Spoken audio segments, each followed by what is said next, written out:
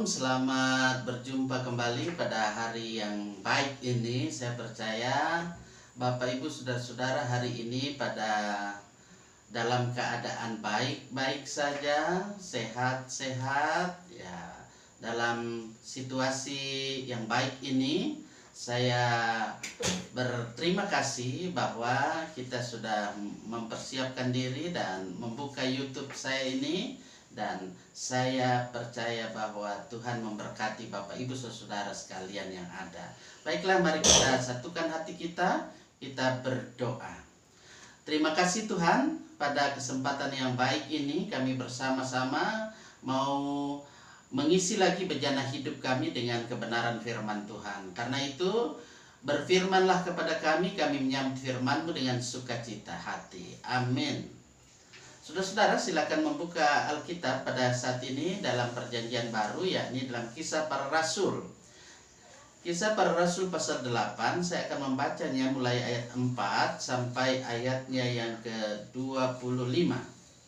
Baik, saya akan membaca, mari kita arahkan perhatian kita pada firman Tuhan ini. Firman-Nya yang saya baca berkata begini. Filipus di Samaria. Mereka yang tersebar itu menjelajah seluruh negeri itu sambil memberitakan Injil, dan Filipus pergi ke suatu kota di Samaria dan memberitakan Mesias kepada orang-orang di situ. Ketika orang banyak itu mendengar pemberitaan Filipus dan melihat tanda-tanda yang diadakannya, mereka semua dengan bulat hati menerima apa yang diberitakannya itu.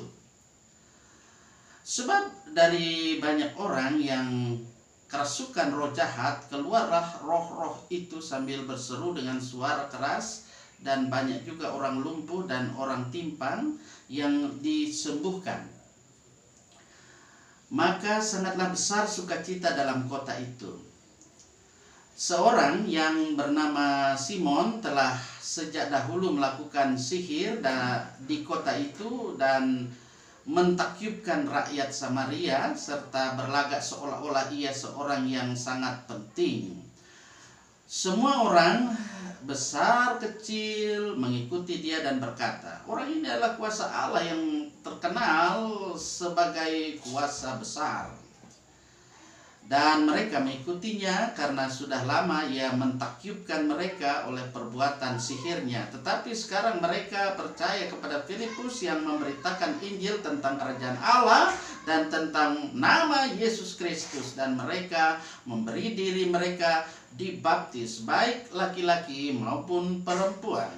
Simon sendiri juga menjadi percaya, dan sesudah dibaptis ia senantiasa bersama-sama dengan Filipus dan takyub ketika melihat tanda-tanda dan mujizat-mujizat besar yang terjadi. Ketika rasul-rasul di Yerusalem mendengar bahwa tanah Samaria telah menerima firman Allah, mereka mengutus Petrus dan Yohanes ke situ. Setibanya di situ, kedua rasul itu berdoa supaya orang-orang Samaria itu beroleh Roh Kudus, sebab Roh Kudus belum turun di atas seorang pun di antara mereka, karena mereka hanya dibaptis dalam nama Tuhan Yesus. Kemudian keduanya menumpangkan tangan di atas mereka, lalu mereka menerima Roh Kudus. Ketika Simon melihat bahwa pemberian Roh Kudus terjadi oleh karena rasul-rasul itu menumpangkan tangan atasnya, ia menawarkan uang kepada mereka serta berkata, berikanlah juga kepadaku kuasa itu, supaya jika aku menumpangkan tanganku di atas seseorang, ia boleh menerima Roh Kudus. Tetapi Petrus berkata kepadanya, binasalah kiranya uangmu itu bersama dengan engkau ketika engkau menyangka bahwa engkau dapat membeli karunia Allah dengan uang. Tidak ada bagian atau hakmu dalam perkara ini, sebab hatimu tidak lurus di hadapan Allah. Jadi bertobatlah dari kejahatanmu ini dan berdoalah kepada Tuhan supaya Ia mengampuni niat hatimu ini, sebab kulihat bahwa hatimu telah seperti empedu yang pahit dan terjerat dalam kejahatan. Jawab Simon, hendaklah kamu berdoa untuk aku kepada Tuhan, supaya kepadaku jangan kiranya terjadi segala apa yang telah kamu katakan itu. Setelah keduanya bersaksi dan memberitakan firman Tuhan, kembalilah mereka ke Yerusalem, dan dalam perjalanannya itu mereka memberitakan Injil dan dalam banyak kampung di Samaria. Saudara yang saya kasih dalam kasih Tuhan, di itu bagian firman Tuhan, sabda Tuhan, firman hidup untuk kita hari ini. Saya percaya hari ini saudara akan melakukan segala kegiatan, segala aktivitas kita, dan saya percaya dengan firman Tuhan ini akan menuntun kehidupan kita sekalian yang ada. Karena itu firman Tuhan ketika saat ini kita melihat dari berita yang ada ini, cerita iman yang ada, narasi iman ini menceritakan bahwa di sini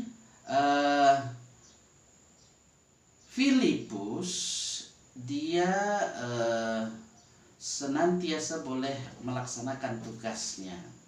Dalam hal ini tantangan yang dia hadapi sangat banyak.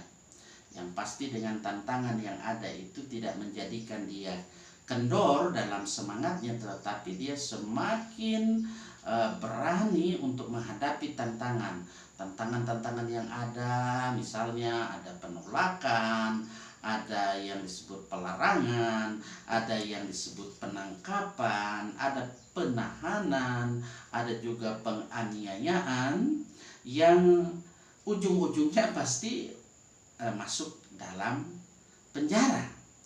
Nah, seperti ini yang sudah dialami oleh banyak rasul yang ada, termasuk di dalamnya itu ada Rasul Paulus, ya, di dalamnya juga Silas dan rasul-rasul yang lainnya dalam kehidupan mereka ketika mereka memberitakan Injil. Dalam hal ini tekad yang ada tentu mereka punya semangat mereka tidak menjadi surut, supaya terus ya mereka diberi Roh Kudus ya menyampaikan kabar baik, evangelion, Injil. Di dalam cerita ini bahwa dari pemberitaan yang disampaikan, kabar baik yang disampaikan oleh para rasul ini menyebar terus ke berbagai wilayah yang ada, hingga ini terjadi keluar wilayah yang ada di Yerusalem. Luar biasa itu. Jadi sampai keluar Yerusalem, salah satunya mari kita lihat ini, dia terjadi di wilayah Samaria. Dari cerita yang ada ini, Filipus ya punya tugas untuk bagaimana dia bisa memberitakan kabar baik yang ada ini, Injil yang ada dia beritakan ke wilayah Samaria. Ketika di sini Filipus dia menyampaikan kabar baik, menyebarkan berita keselamatan Yesus Kristus yang adalah Tuhan Juru Selamat penebus dosa. Disinilah ia melakukan ada begitu banyak mujizat-mujizat yang ia bisa lakukan di situ, sehingga orang banyak datang, ya, orang banyak ya, tiap kali pasti ada orang datang karena ada sesuatu yang luar biasa terjadi.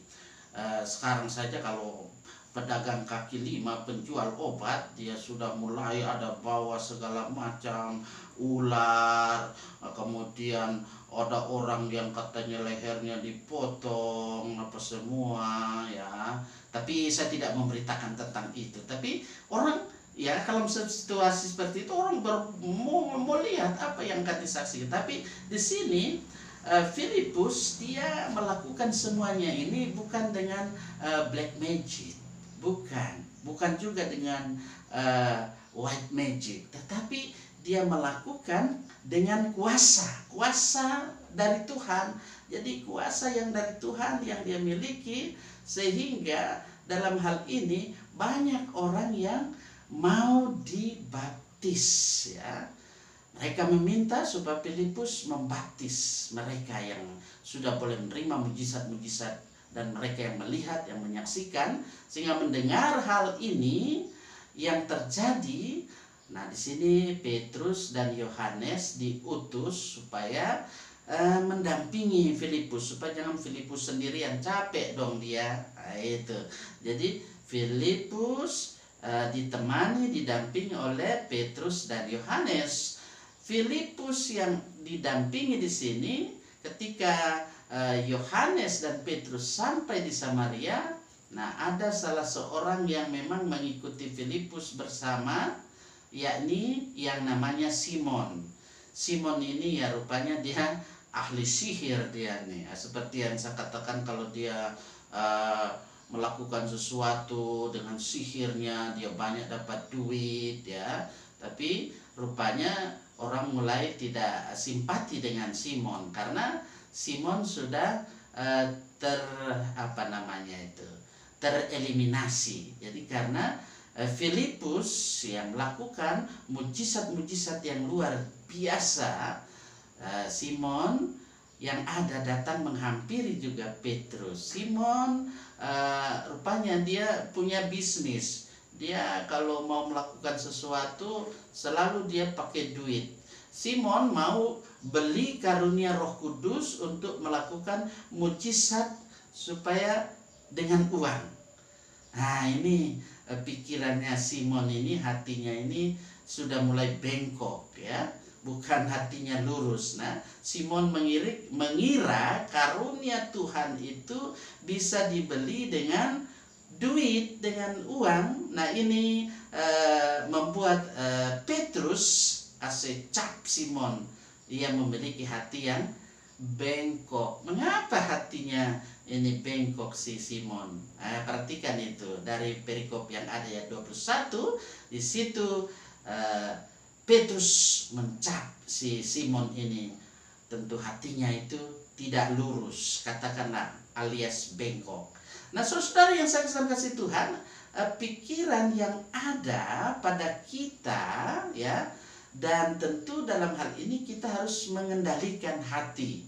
Pengamsal bilang, jagalah hati, karena dari hatimu itulah akan terpancar apa yang kau akan buat, apa yang kau katakan.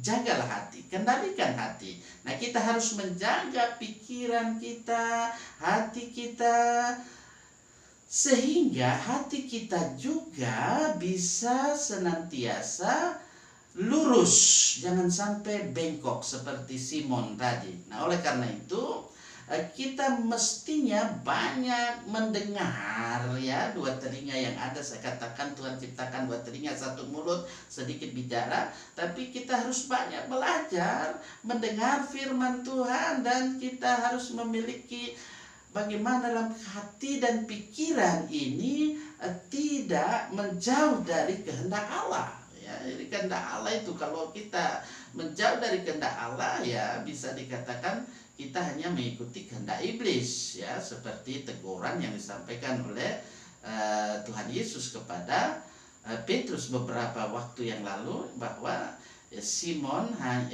Petrus ini hanya memikirkan apa yang dipikirkan manusia, tapi dia tidak memikirkan apa yang dipikirkan Allah. Nah, oleh karena itu Yesus mengatakan, enyahlah iblis. Jadi kalau kita tidak mau hidup dalam kehendak Allah, maka kita akan dikatakan melakukan kehendak iblis. Nah, karena itu Simon di sini dicap oleh Petrus, dia punya hati yang bengkok. Karena itu saudara yang saya kasih dalam kasih Tuhan, kita hendaknya terus belajar. Nah, termasuk hari ini kita terus belajar, kita terus hidup dalam perenungan firman Tuhan. Tidak hanya sekadar merenungi, tapi kita mau menjadi pelaku-pelaku dari firman Tuhan ini.